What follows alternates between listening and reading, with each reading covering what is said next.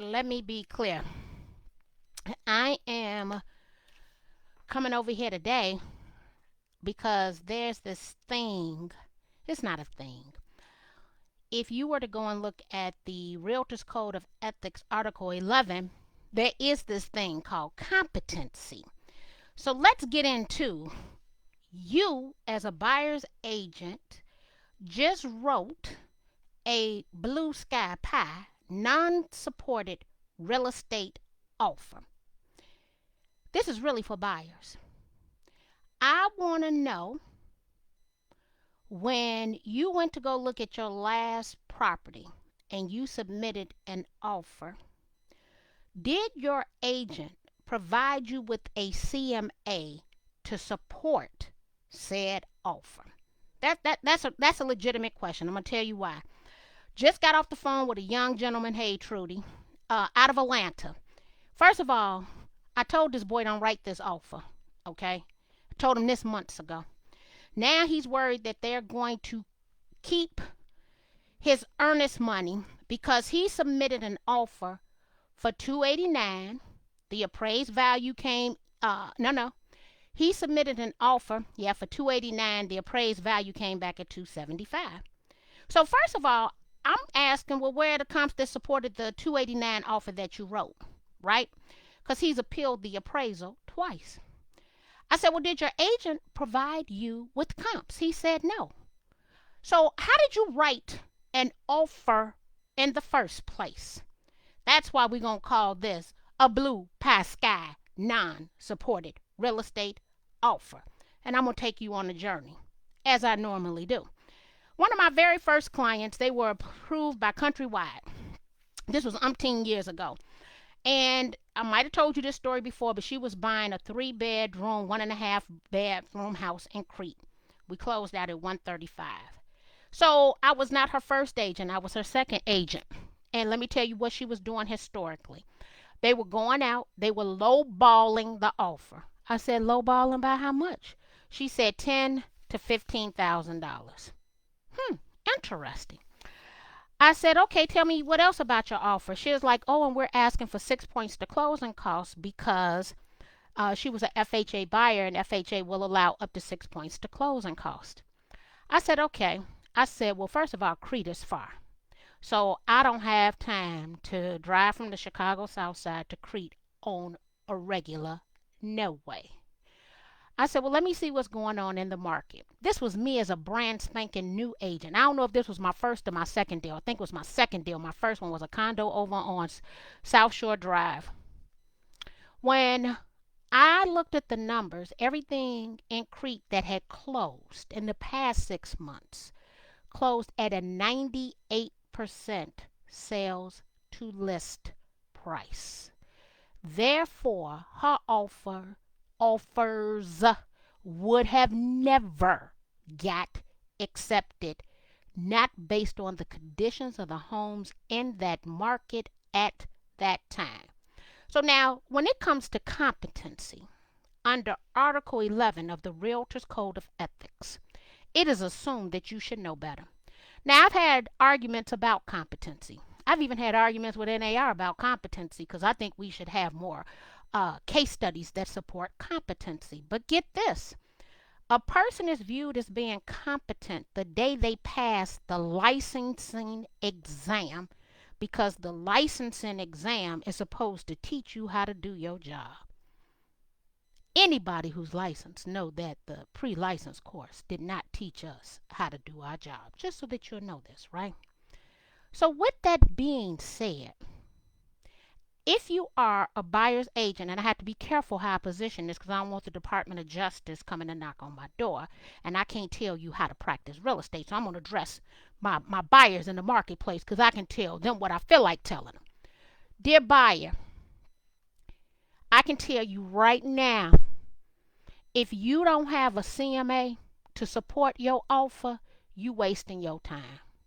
Someone just wasted your dreams, your hopes, your gas money, okay?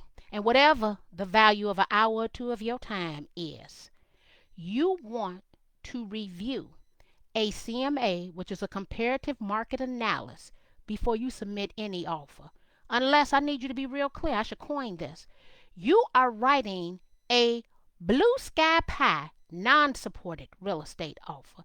You ain't got, I will switch this up. You ain't got a pot to piss in and a window to throw it out of on that offer. That offer ain't worth buckus because it's not supported. You need to support your offers with closed comps, especially if closed comps exist in that marketplace. And shame on the person who would be so incompetent to allow you to submit an offer without providing you with comps. I'm a little heated tonight because this is a young person, 24 years old. The likelihood is he's not going to get his little $3,000 and earn his money back based on the terms of the offer.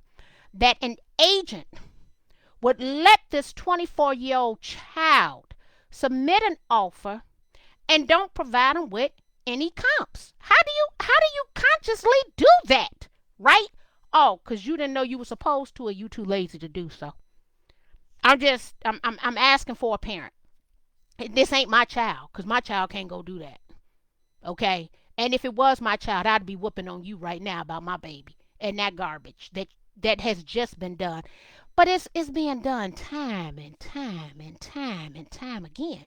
But now I'm thinking about the waste of every person involved, all of their time and their energy. So let me make a recommendation. When you have buyers who are looking for property, you should prepare them before you take them to see the property when you already know they unrealistic. That's what I did from the beginning till the end. We had serious conversations. I've actually walked into 2 properties. My clients were not with me. And from being on the premise and understanding the comps, I called and told them, hey, I just found your spot. This is your spot right here. I'm in it. Let's write this offer. 2 of them, okay? One of them, my friend, Katrina Matthews. She attests to it. And then my girl, Karis Youngblood. Both of them. I was standing. Both of them bought condos. I was standing in their units and called them because I had insight into the market, what they were closing for, what we could and could not do, but because I understood them like the back of my hand and what they wanted. Okay? So you want, when you have unrealistic buyers, you should perform a CMA. Save your gas time. Hey, we got automation. Mail it to them. Email it to them. I'm sorry, mail it to them. Email it to them. And say, hey, before we go see this 3-bedroom, 2-bathroom brick bungalow in the Chatham area, and you like to lowball, let me let you know that everything, and I don't know this because I haven't looked at the numbers, is selling at 102% sales to list price. So that means that if we don't come in, and it's the hottest thing, it's been on the market 24 hours, you're not getting the house. So we getting ready to trudge out in this snow, slip and slide all over the street, freeze our butt off 50 people deep in the snow, for you to come back and say, nah, I want a low ball and I want 6 points of closing costs. Look at here now. I just told you everything is selling at 102%. Now, I want you to think about this. In the world of real estate, we have predictive analytics tools. Someone just actually sent me a post of the stock that everything that Mark Cuban is invested in is all AI, artificial intelligence. It goes back to predictive analytics. It actually goes back to my most hated subject in undergrad and grad school, statistics.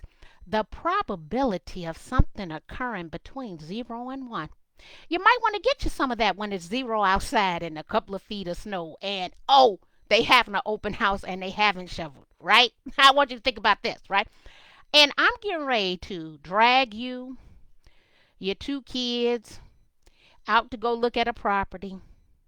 And I already know you unrealistic. You could go on and you should tell that person, look, if they not under an exclusive buyer agency agreement, you might want to rethink that relationship.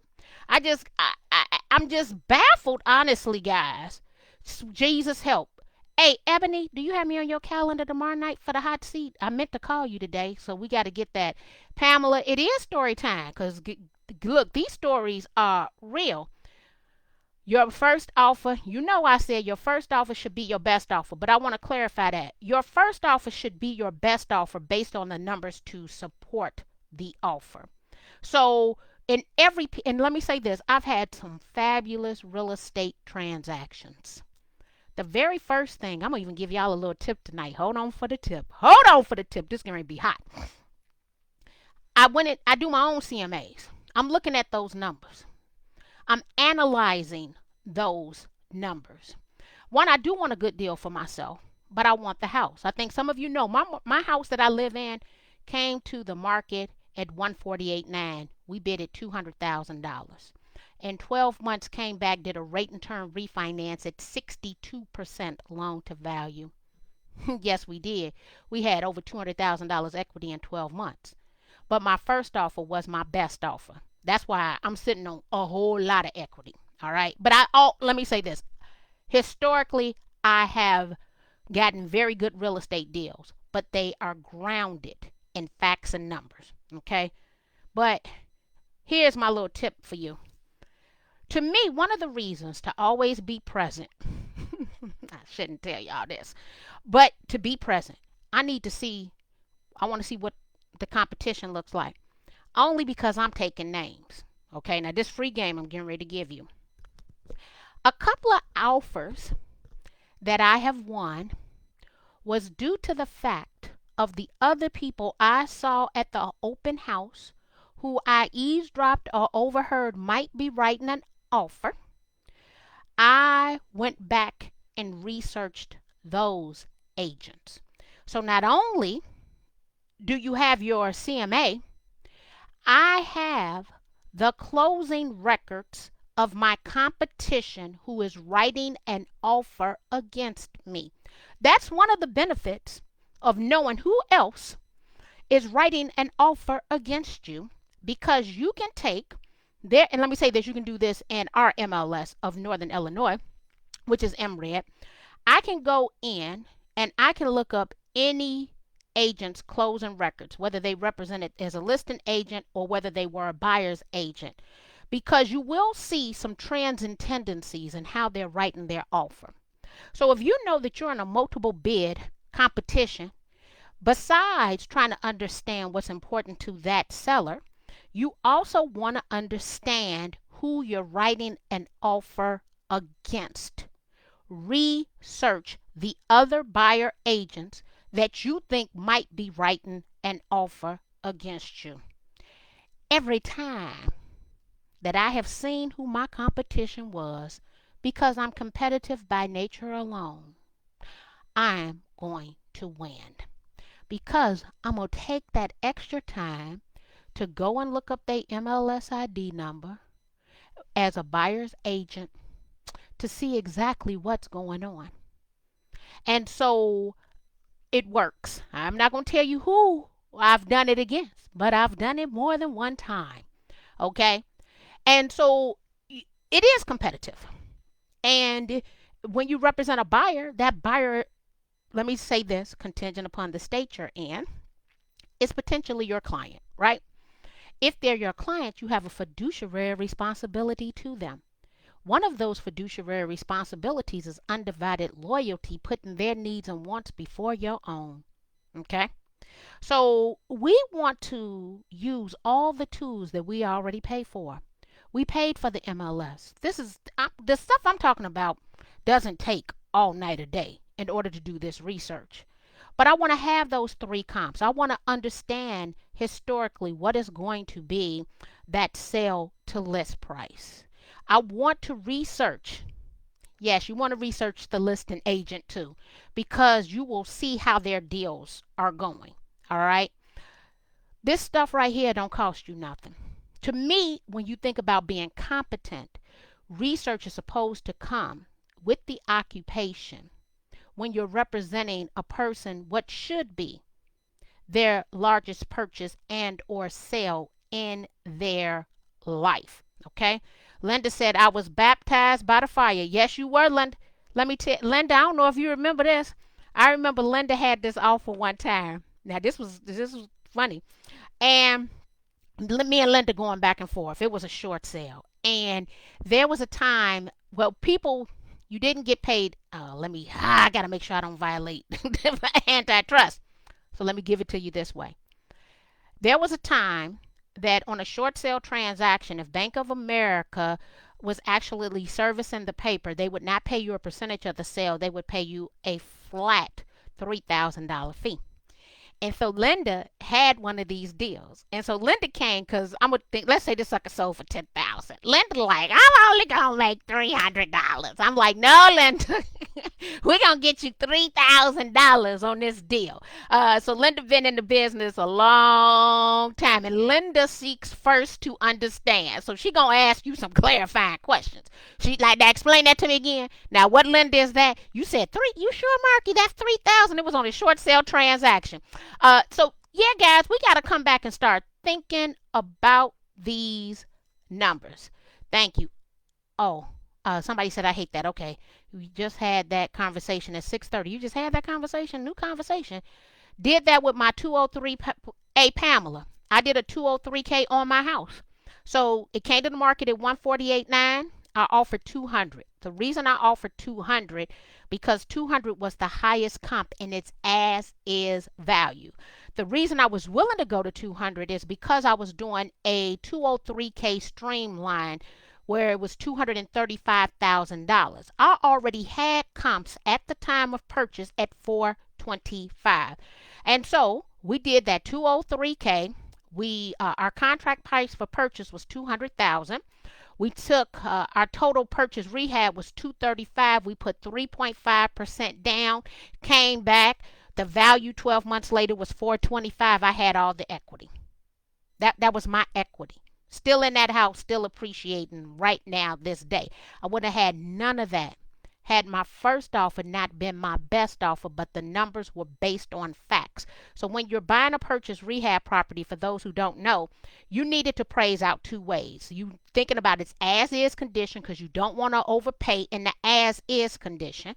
And then you're also thinking about that after repair value. Once I come in and do these renovations, what is its value going to be? I also did not ask for any closing costs, and I put more earnest money down than is normally normal. Let me see if I can say that word, normal, that I have seen in the marketplace. Let's go that route. And so, I don't like statistics, but I like to understand what the numbers are. And let me say this: the older I get, the more I like statistics. It was kind of annoying at 23 and 25 in undergrad and grad school to talk about the probability of something occurring between 0 and 1. Like when I tell you I could have cared less, I could have cared less.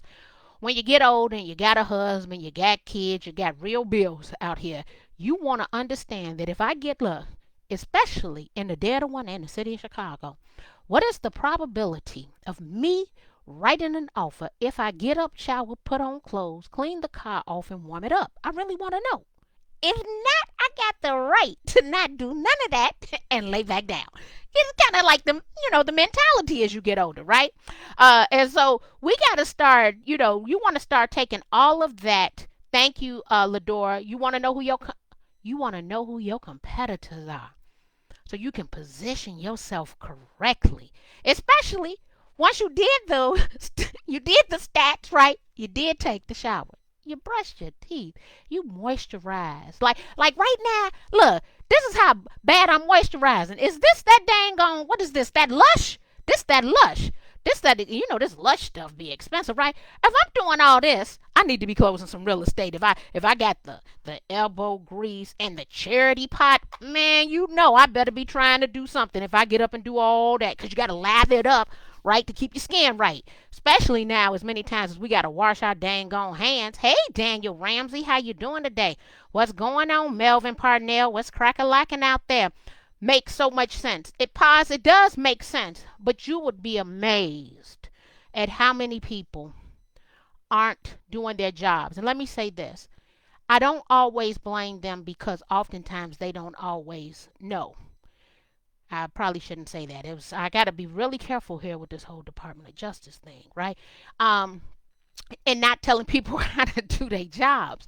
But there's just some things to me that should be, I can't say that word either. I was going to say mandatory, just so that you'll know. So what do you think of buyer letters?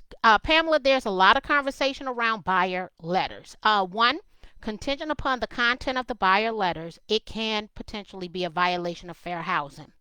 Especially if you start including pictures and things that people have in common or your perception of what they have in common.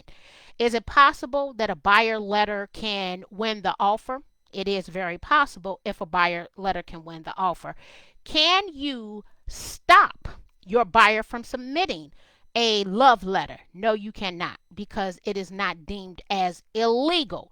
But you have to be very careful about the content of the letter to not violate things like fair housing. On an occasion, you have had sellers who have felt intimidated by the letter that was sent to them.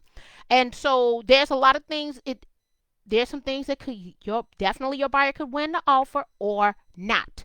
So if your buyer tells you, because it is not illegal, that I don't believe, and I would like somebody to let me know, this is not a matter of what you think. I would like to know if there's any license law in this country that prohibits a buyer from submitting an offer that they think will win them a bid. And I'm going to say I have never heard of such, so I would say that the buyer can submit a letter. But anything that is a protected class should be omitted from said letter so that it does not violate fair housing. That's the way, as an agent, and as an agent you should read that letter, okay? Because here's the thing, agency doesn't equal compensation. You must adhere to fair housing. Every license law that I've read has some components of fair housing in it, okay? And then as a realtor member, you also have the realtor's code of ethics that you have to take into consideration. You have to adhere to all these rules and regulations. And because we in the state of Illinois, I have to be obedient. That means as long as it's in the scope of the law, I have to do what my clients tell me to do.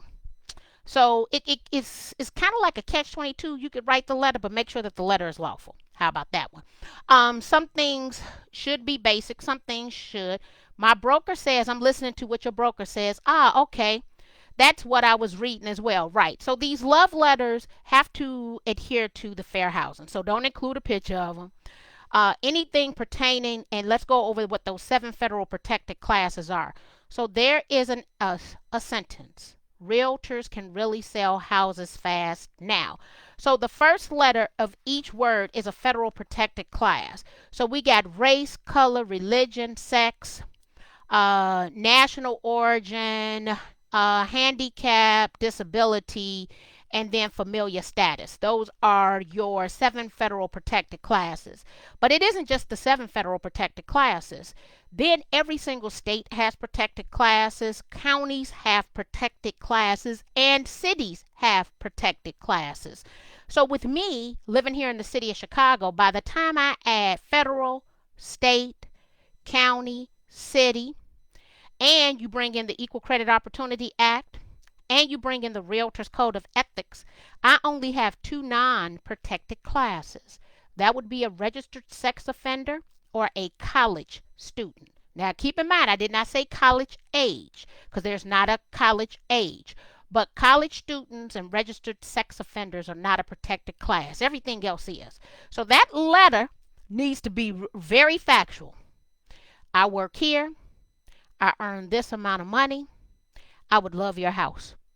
Because even familiar status, right? Protected class. So you have to be very careful, because everything they're writing in a love letter potentially could violate fair housing. I had a client who wrote one, and as we were in the property, it was in Hyde Park, they were both Jewish. And I'm not Jewish, so I didn't see what the person saw. But it was, and this had to be, 10 years ago. But it was a love letter based on things that my client had saw in the house that connected them. Just so you know, that letter today would be viewed as a violation of fair housing. So I only came over here tonight to talk about the Blue Pie Sky non-supported real estate offer that people are writing, and what I want to encourage every buyer who is listening. Make your buyer agent perform a CMA that supports your offer. If not, you're wasting your time, whether you're going over or whether you're going under. Also keep this in mind. Most lenders, well, no, all lenders loan on the lower of the two, the contract price or the appraised value. So if you write, in this situation, a young gentleman wrote an offer for $289, the appraised value came in at $275. In order for him to buy this property, provided it's not FHA, he would now be responsible for, let's say, 5% down plus the difference. So he would need to have that difference of $275 and $289, which is $14,000, and his 5% down. Most people can't do that. And so that's why you want to have those comps. So even in today's market, when people are overbidding, I want to know, do they have the cash difference? Because if that appraisal comes in less, lenders loan on the lower of the two, the appraised price or the contract price. If it appraises for less, then it's anticipated they would bring the cash difference. There is a stipulation with FHA financing, if I'm not mistaken, they do not allow you to buy higher than the appraised price. So why waste anybody's time? Do a CMA. Before. Now you can get that one pass. We go out, we look, we write an offer. Then I realize you're unrealistic. Once I realize you're unrealistic, before we go out again, we're having a conversation about, in order for your offer to get accepted, we could go look at the house, but this is the type of offer you would need to write in this market, or it's not going to get accepted and we're wasting time. And see what they say. So start prepping that buyer for what those market conditions are before you make everybody come out in the midst of a pandemic during freezing weather. And that, guess what? It's freezing. Whether you in Chicago, Nashville, look, they crying down in Memphis. I'm gonna be honest with you now. I have empathy for people with no power. I don't have no empathy because you cold, okay? I stay cold up in Chicago. So I'm a little jealous, just so that you know. So I don't have no empathy because it's a little cold and some snow going on. I do have empathy for those who currently have no power. I would never wish that on anyone, including my worst enemies. So I am 100% empathetic, and I hope your power comes back and that you can warm up, bathe, cook, whatever it is that you need power for in your marketplace. So let's do the right thing. And actually, according to the Realtors Code of Ethics, we need to maintain and improve the standard of our calling. Forget maintaining. Forget that. We need to improve the standard of our calling. Change is the only constant. You want to consistently get better. I had someone the other day tell me I've always been this way. My response was, so do you aim to be the same person you've always been, or do you want to be the best version of yourself? Okay? Just because that's how you've been doing it don't mean that's how you're supposed to do it. Let's aim to be the best version of ourselves and improve the standard of our calling. Do a CMA before you submit an offer. Do a CMA when you know those buyers are unrealistic, so they will understand what they need to do in order to win a successful bid for said property.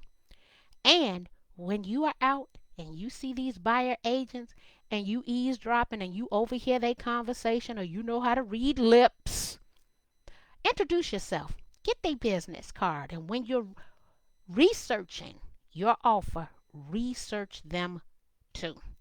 All right, guys, look, tomorrow, Ebony is the winner of the hot seat.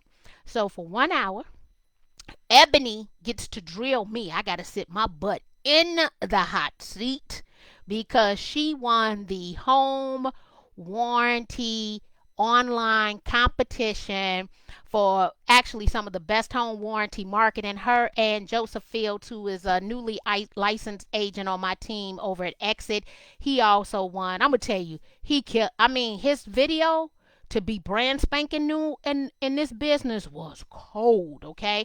And so I want to applaud them. Come through tomorrow, Ebony. We got that hot seat. Oh, look, I'm ready for it. I'm ready for whatever game, whatever questions you bring me. Carol just stated here late, but here in the Metro Detroit are now asking for an appraisal guarantee. What? Appraisal guarantee. I Carol, I'm gonna need to. I need you to tell me. I've never heard of an appraisal guarantee, so thank you for educating me. Would like to know what an appraisal guarantee is. So, is it fair to assume that things are selling quite fast in the Detroit metro area? We must change with the times. Yes, we do.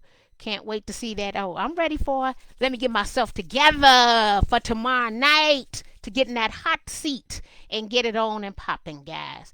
You know what? I've been over here 30 minutes. How do I end up always talking so dang on much? Can't help myself. Anyway, guys, I'll see you later.